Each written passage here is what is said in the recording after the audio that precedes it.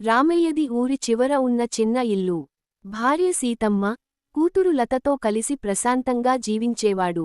రామయ్యకు వ్యవసాయం ప్రధాన వృత్తి. రోజు తెల్లవారుజామునే పొలాలకు వెళ్లి సాయంత్రం ఇంటికి చేరడం అతని అలవాటు. ఆ రోజు మాత్రం ఆకాశం మబ్బులతో నిండి వర్షం పడబోతున్నట్టుగా కనిపించింది.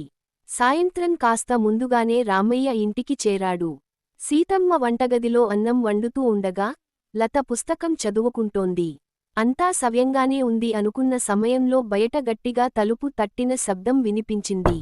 ఈ సమయంలో ఎవరు వచ్చుంటారు అని ఆశ్చర్యపోయింది సీతమ్మ. రామయ్య తలుపు తెరిచాడు. బయట పూర్తిగా తడిచిపోయిన ఓ మధ్య వయసు వ్యక్తి నిలబడి ఉన్నాడు. చేతిలో చిన్న సంచి, ముఖంలో అలసట స్పష్టంగా కనిపిస్తోంది. నమస్కారం అన్నా, వర్షంలో దారి తప్పిపోయాను. ఈ రాత్రికి ఇక్కడ ఆశ్రయం దొరికితే అని అతను సంకోచంగా అడిగాడు. రామయ్య అతన్ని పైనుంచి కింద వరకు చూసి క్షణం కూడా ఆలోచించకుండా లోపలికి రండి అన్నాడు. సీతమ్మకు కొంచెం భయం వేసింది. అనుకోని వ్యక్తి, అది కూడా రాత్రి సమయం. కాని రామయ్య మాటకు ఎదురు చెప్పలేదు. అతిథికి తువ్వాలు ఇచ్చి కూర్చోబెట్టింది. వేడి నీళ్లు ఇచ్చి వంట చేసిన అన్నం వడ్డించింది. నా పేరు శంకర్ అన్నాడు అతిథి. పక్క గ్రామం నుంచి వస్తున్నాను. పనికోసం పట్టణానికి వెళ్లాను. వర్షం వల్ల బస్సు ఆగిపోయింది. లత అతని మాటలను ఆసక్తిగా వింటోంది. అతిథి వినయంగా మాట్లాడటం, కళ్లలో నిజాయితీ కనిపించడం సీతమ్మ మనసులోని భయాన్ని కొంచెం తగ్గించింది.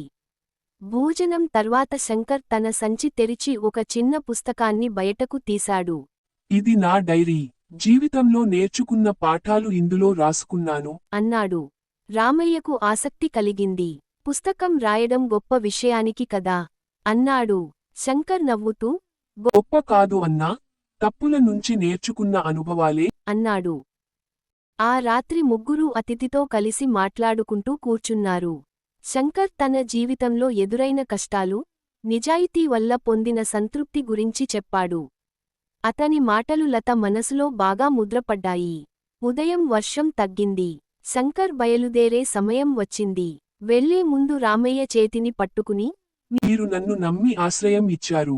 ఇది నేను ఎప్పటికీ మర్చిపోలేను అన్నాడు. సీతమ్మ అతనికి కాస్త తిండి కట్టిచ్చింది. లత నమస్కారం చేసింది.